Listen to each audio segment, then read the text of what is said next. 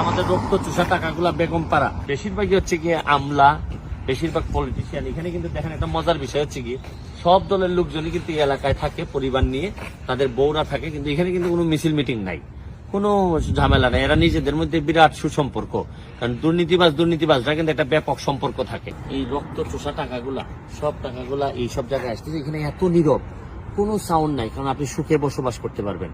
কারণ এত লুটের টাকা আপনি কি করবেন, এরকম জায়গায় তো কিনবেন। আপনি দুই সাইডেই দেখেন, গড়গুলা দেখেন। আর ভাগ্য ভালো হইলে কোনো বাংলাদেশের সাথে দেখা হয়ে যায় কিনা, যদিও হওয়ার কোনো কারণ নাই, কারণ এরা নাকি সচেতন হয়ে গেছে, বুঝে যে এখানে লোকজন এসে ভিডিও করে। এদিকে পুরো রাস্তাটাই হচ্ছে গিয়ে, এই পুরো রাস্তাটা এলাকাটা বিভিন্ন ফাঁকে ফুঁকে এক একটা বিল্ডিং এর দাম হচ্ছে গিয়ে প্রায় 2-2.5 মিলিয়ন করে, প্রায় 16-18-20 কোটি টাকা করে হচ্ছে গিয়ে।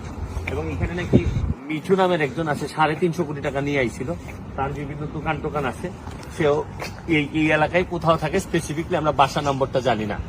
তো এরকম বেশিরভাগই হচ্ছে গিয়ে আমলা, বেশিরভাগ পলিটিশিয়ান। এখানে কিন্তু দেখেন একটা মজার বিষয় হচ্ছে গিয়ে সব দলের লোকজনই কিন্তু এই এলাকায় থাকে, পরিবার নিয়ে তাদের বউরা থাকে, কিন্তু এখানে কিন্তু কোনো মিছিল মিটিং নাই, কোনো ঝামেলা নাই। এরা নিজেদের মধ্যে বিরাট সুসম্পর্ক, কারণ দুর্নীতিবাজরা কিন্তু একটা ব্যাপক সম্পর্ক থাকে। এটা আমি আপনাদেরকে একটু দেখাইতে চাই।